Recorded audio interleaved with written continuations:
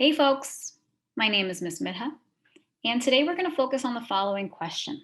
How do we use technology to calculate the area under a curve? So we are going to look at images of a normal curve and figure out how to find the area under that normal curve using what we already know. And then we're also going to learn how to use graphing technology to display that normal curve and also answer some questions along the way. So here we go. Okay, you've got two images here. These images show a normal curve with a mean of 40 and a standard deviation of 2. Now the image on the left is saying that the area under the curve to the left of 39 is 0.3085, and we'll talk about what that means momentarily. And the image on the right here, it's showing the area under the curve to the left of 43 is 0.9332. Now, since it is a normal curve, we know that the total area under the curve is 1. Okay, now some things to note. Now, for both of these images, you will notice that the horizontal axis is labeled. It's going from about 34 to 46, right? It's going by twos. And you can see that the vertical axis is labeled from 0 to 0.20, and it's going by 0.05. This is true for both of these images. Also, what's true is that you are seeing a bell-shaped distribution. And you'll notice that the peak of the bell is centered at around 40, right? It's centered at around 40. And you can also see that its curve is basically peaking at 0.12, okay?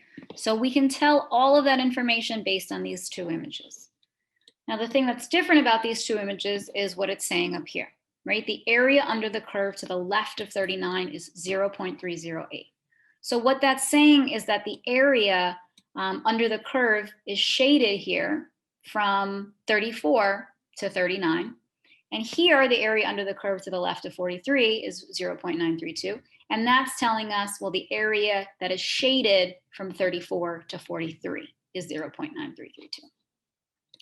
Okay, now using all of this information, I'm going to ask you to answer the following questions. So, we have our given areas, and we are going to use this to find out the area under the curve to the right of 39, then find the area under the curve between 39 and 43. After that, find the area under the curve to the left of 40, and then finally find the area under the curve between 39 and 40. So I'm going to ask you to pause the video for as long as you need and see if you can figure out how to answer these questions. Once you think you have the answers, go ahead and unpause the video, and we will review. All right, now before we go over the answers to these questions, just a quick reminder about what this phrase that I keep saying, this area under the curve, what does that actually mean? So the area under the curve, when we hear that phrase, we're really just sort of saying the area between the x-axis and the curve itself. So if I were to just draw another image to the right, I'm just going to draw this quickly, and again, I'll just put a normal curve. If I'm looking for the area under the curve here, what I'd be looking at is literally the area between the x-axis and the curve, right? So everything between the x-axis and the curve itself, the area of that. That's what we mean when we say the area under the curve. Okay, now back to the questions at hand. So the first question is asking us to find the area under the curve to the right of 39, okay? So I already know, if I focus on my first image right here, I know that the area under the curve to the left is 39. I'm sorry, to the left of 39 is 0.3085. And the other information I know is that the total area under the curve is 1. So if I already know how much that area is to the left of 39 and how much the total area is, well, how do I find the area to the right of 39? For this, I just have to take 1, right? Again, the total area of the normal curve, and subtract it by 0.3085, right? That was the area to the left of 39. This is going to give me an answer of 0.6915. All right, now the second question. Find the area under the curve between 39 and 43. All right, this one's a little bit tougher. So let's sort of think this through. So we're looking at the numbers between 49 and 43. We're looking at the area between 39 and 43. Now we know the information about the area that is to the left of 43 and the area that is to the left of 39. So if I sort of just think this through, and I'm going to focus actually on the image to the right for now, I'm really looking for the area between 39 and 43, right? So all of this that I'm pretty much just shading in yellow. So how could I find this out using the information about the area under the curve to the left of 43 and the area under the curve to the left of 39? Well, I pretty much can just subtract those two, right? I'm taking the entire area from 34 to 43, right? Which in this case is 0.9332. And I'm subtracting that by 0.3085, right? That was the area that was to the left of 39. And then what do I get? Well, the answer is 0.6247. Again, why is that? Well, it's because I'm taking the area from 34 to 43 and subtracting it by the area from 34 to 39, because I'm really just looking for everything that's in between there, right? I'm looking for the area between 39 and 43. Okay, what is the area under the curve to the left of 40 now? Okay, well, now let's think this through. So we know that 40 is the center, right? It's in the center here. And the distribution is symmetric. So if the center is 40 and the distribution is symmetric and the total area under the curve is 1, that's going to tell me that half of the area should be to the left of 40. And since the total area is 1, that tells me that the area to the left, the area under the curve to the left of 40, would just be 0.5. All right, last question. Find the area under the curve between 39 and 40. All right, now let's think this one through. Well, now we know that the area under the curve to the left of 40 is 0.5. And we also know that the area to the left of 39 is 0.3085. So very similar to what we did in question number 2, right? In question number 2, we took the area between the values of 39 and 43 by basically looking at the smaller area subtracted from the larger area, right? The area from 34 to 43 subtracted by the area from 34 to 39. We're going to do the exact same thing here. But we're going to be looking at the area from 0 to 40 and subtracting it by the area from 0 to 39. So what was the area from to the left of 40, or from 0 to 40, if you will? Well, that was 0.5. So we take 0.5 and we subtract it by the area to the left of 39, which in this case is 0.3085. So our answer is going to be 0.1915. Again, why is this? Well, the area between these two values, between 39 and 40, it's the smaller area subtracted from the larger area. All right, so notice what we did here to answer these questions, right? We really basically used the given areas to compose or decompose to help find additional areas, right? So it's this idea of using what we know and then essentially taking these ideas of symmetry and distribution, or cases where you can add or subtract known areas to find new areas.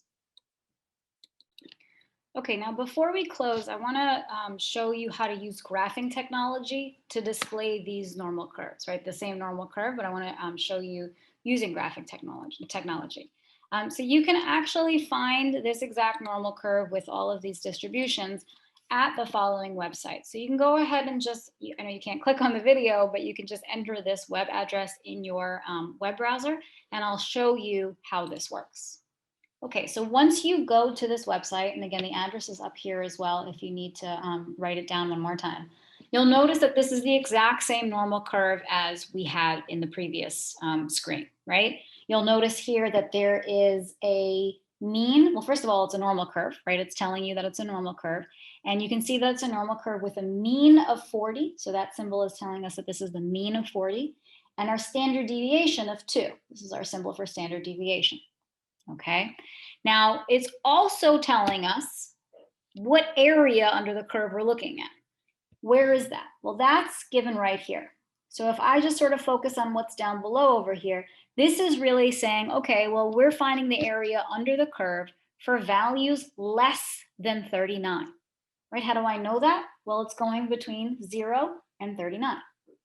Now, if you think back to the screen from before, we told you that the area under the curve to the left of 39 was 0.3085. And that's what we're seeing right here as well.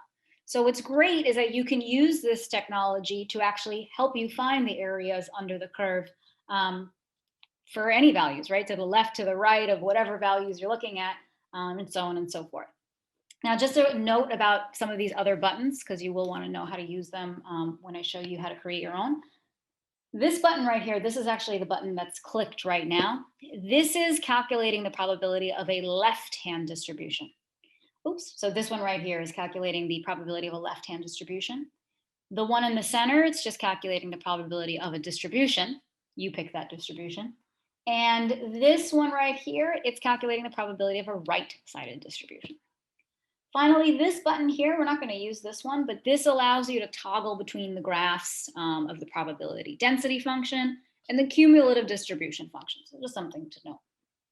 Okay, now in order to create one of these on your own, all right, in order to create one of these normal curves, you're going to go to a different website, and that website is this one right here. All right. So this is the website that you can go to create your own normal curve. Now, when you go to this website, you will see something that looks like this. Okay, this is what it's going to look like. And so in order to create your own normal curve, again, you're like customizing it, right? Essentially by adjusting, you're going to be adjusting the mean and the standard deviation. So I'm going to use the same numbers from the previous problem to sort of guide you through this. But again, just sort of thinking how you would do this on your own is what we're really looking at. So in order to change the mean and the standard deviation, I'm going to focus on these two buttons right here. Now I'm going to change the mean to 40. So I'm going to just type it in. You can also use the keyboard down here. And then I'm going to change my standard deviation. Again, this is my symbol for standard deviation to 2. Okay. Also, just a quick reminder, make sure that this is on normal. Okay. So you do want to make sure that you are, creating a normal curve. And so now we have our mean of 40 and our standard deviation of 2. Now, for when you're trying to calculate, different areas under the curve, you want to choose the distribution that you're working with, right? So you're choosing the distribution you want to calculate from these 3 buttons. So you would adjust the interval limits by either replacing the values in the formula or by dragging them in the points or dragging them in the graph. And that's what's pretty great about this too. You can actually drag a lot of these things in the graph.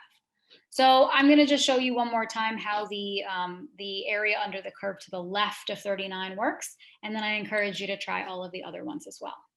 Now, since I want to find the area under the curve to the left of 39, what I want to do is I want to make sure that I press this button right here, right? This is the button that calculates the probability of a left-sided distribution.